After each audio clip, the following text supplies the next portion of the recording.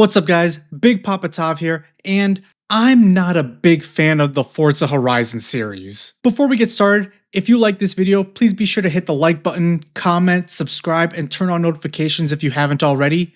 I'm trying to hit 500 subs before the end of June, so every little bit helps. And with that out of the way, back to the video. Yes, you heard me right, I have never really been that big a fan of the Horizon games. I did play a lot of Horizon 2 and some of 3 back in the day.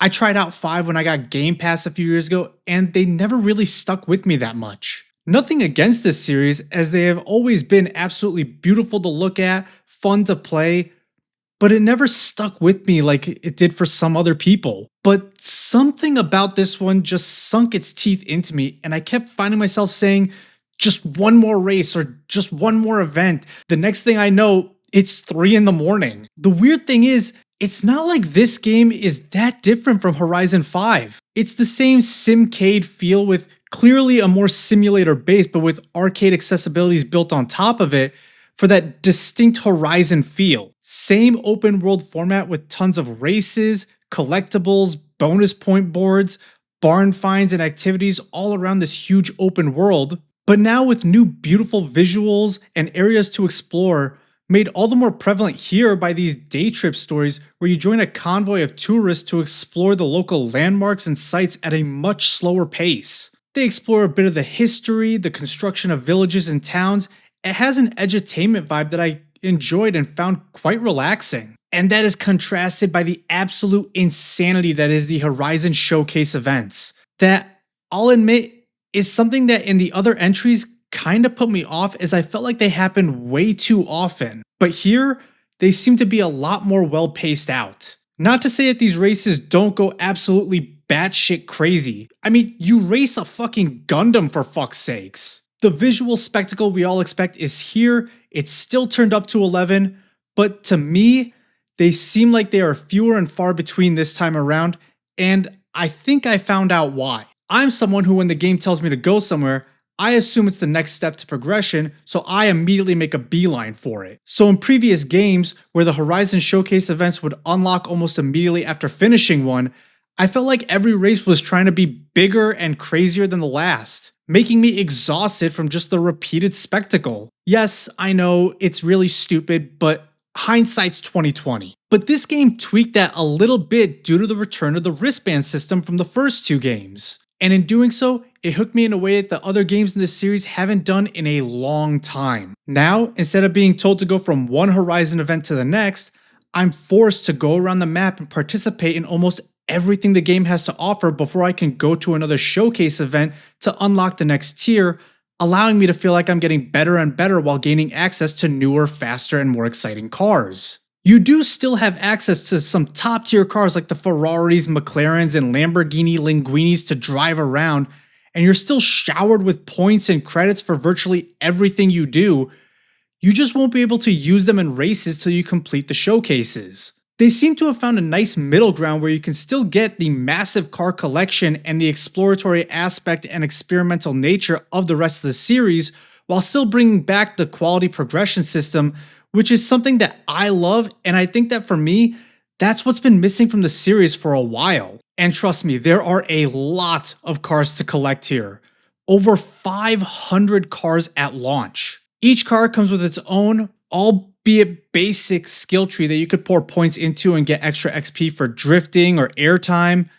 But with such an emphasis on the sheer variety of cars that you can drive at a moment's notice, I found myself not really putting the skill tree to any use thus far because I'm almost never driving a car long enough or often enough that putting points into it feels useless. Maybe in the late game, once I unlock all the racing tiers and I find the cars that I want to use for each tier and each category of racing, but for now, I don't see a point in pouring points in. But all these cars are able to be customized and tuned to be exactly how you want. You can slap a bunch of stickers and liveries, upgrade individual parts like individual engine components, brakes, suspension. There's even a full-on tuning menu that, despite the fact that I'm way too afraid to touch anything in here for fear that I might just fuck something up, I know that there are gearheads and people out there who are absolutely going to love messing with just how much tire pressure is in the front tires or messing with brake pressure. All that stuff is here for you to fine-tune your car experience however you want, as well as a bunch of assists to toggle on and off to tune your experience how you like. Every aspect of the game has so much player choice,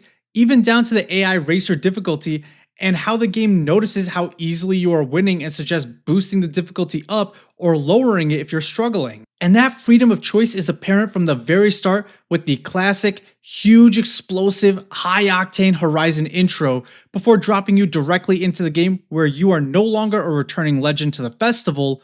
Instead, you're a newbie who must prove themselves to get an invitation. You select your character from a batch of mediocre character models.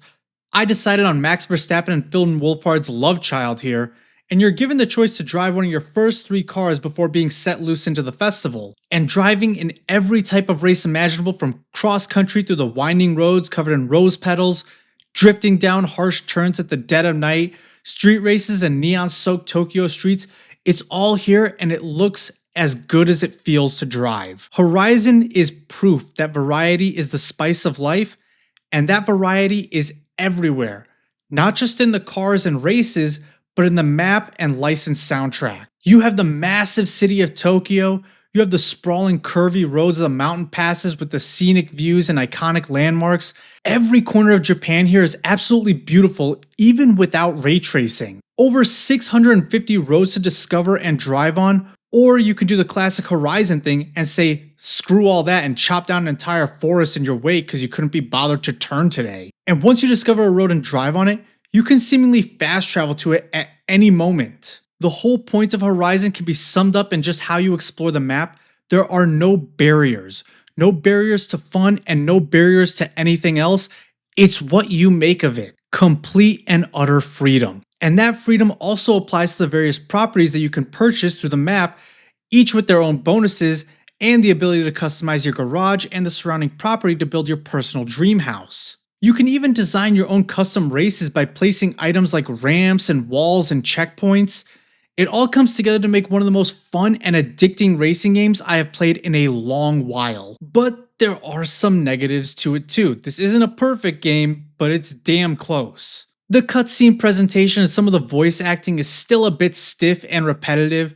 There are some minor visual glitches, cars spawning in and out of nowhere. But these little gripes don't take away from the amazingly solid game that Playground Games has made here. There is one annoying thing where when you unlock a new stamp in your collection journal, the game forces you to a dead stop and halts everything like it did to my friend here. Speaking of my friend, he's the biggest Horizon fan I know, having played every game for years upon years, and when I asked him what he thought of Horizon 6 so far, he said, quote, "It's Forza Horizon, but now it's in Japan. There's a lot of options for choosing what type of races you want to actually do, and you don't need to stick to a linear path. The game does feel a little dense and overwhelming at times with how much there is to do. The map is much more complex than 5, and I really like the rural areas, but I was expecting more atmosphere in the city. Overall, I give it a 9 out of 10.